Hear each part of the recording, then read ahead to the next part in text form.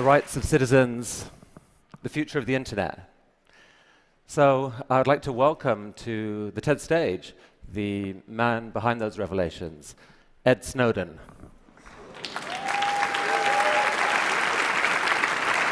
Ed is in a remote location somewhere in Russia, controlling this bot from his laptop, so he can see what the bot can see. Ed, welcome to the TED stage. What can you see, as a matter of fact? I can see everyone. This is amazing. Ed, some questions for you. You've been called many things in the last few months. You've been called a whistleblower, a traitor, a hero. What words would you describe yourself with?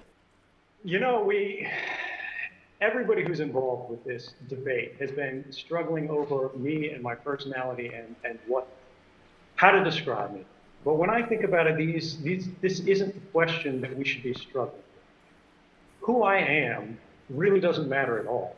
If I'm the worst person in the world, you can hate me and move on. What really matters here are the issues. What really matters here is the kind of government we want, the kind of internet we want, the kind of relationship between people and societies. And that's what I'm hoping the debate will move towards, and we've seen that increasing over time. If I had to describe myself, I wouldn't use words like hero, I wouldn't use patriot, and I wouldn't use traitor.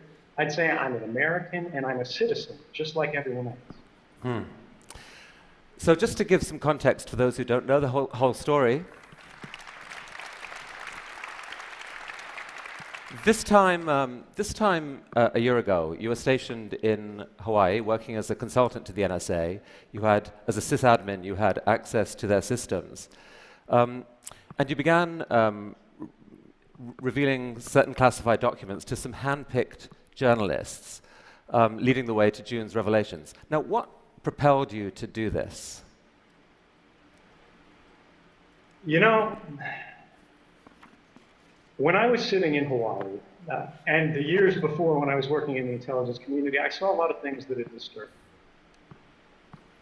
We do a lot of good things in the intelligence community, things that need to be done and things that help everyone. But there are also things that go too far. There are things that shouldn't be done and decisions that were being made in secret without the public's awareness, without the public's consent, and without even our representatives in government having knowledge of these programs. When I really came to struggle with these issues, I thought to myself, how can I do this in the most responsible way that maximizes the public benefit while minimizing the risks? And out of all the solutions that I could come with, out of going to Congress when there was no laws, there were no legal protections for a private employee, a contractor in intelligence like myself, there was a risk that I would be buried along with the information and the public would never find out. But the First Amendment of the United States Constitution guarantees us a free press for a reason. And that's to enable an adversarial press, to challenge the government, but also to work together with the government, to have a dialogue and debate about how we can inform the public about matters of vital importance without putting our national security at risk. And by working with journalists, by giving all of my information back to the American people, rather than trusting myself to make the decisions about publication, we've had a robust debate with a deep investment by the government that I think has resulted in a benefit for everyone. And the risks that have been threatened, the risks that have been played up by the government have never materialized. We've never seen any evidence of even a single instance of specific harm. So let's because of that, I'm comfortable with the decisions that I make. So let me show the audience a couple of examples of what you revealed. If we can have a slide up, and Ed, I don't know whether you can see, the slides are here. This is a slide of the PRISM program, and maybe you could tell the audience what that was that was revealed. The best way to understand PRISM, because there's been a little bit of controversy, is to first talk about what PRISM isn't. much of the debate in the US has been about metadata. They've said it's just metadata, it's just metadata, and they're talking about a specific legal authority called Section 215 of the Patriot Act. That allows sort of warrantless wiretapping, mass surveillance of the entire country's sort of phone records, things like that. Who you're talking to, when you're talking to them, where you travel, these are all metadata events. PRISM is about content.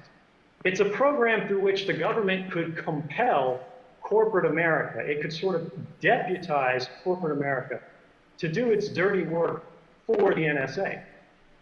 And even though some of these companies did resist, even though some of them, I believe Yahoo was one of them, challenged them in court, they all lost because it was never tried by an open court. They were only tried by a secret court.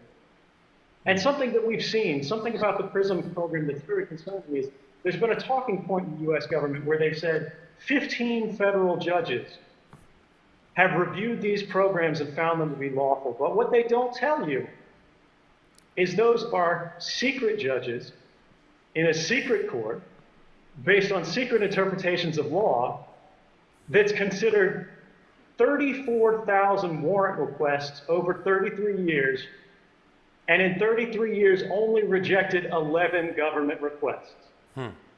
These aren't the people that we want deciding what the role of corporate America in a free and open internet should be.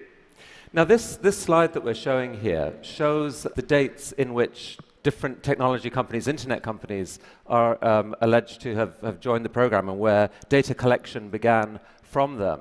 Now they have denied collaborating with the NSA. How was that data collected by the NSA?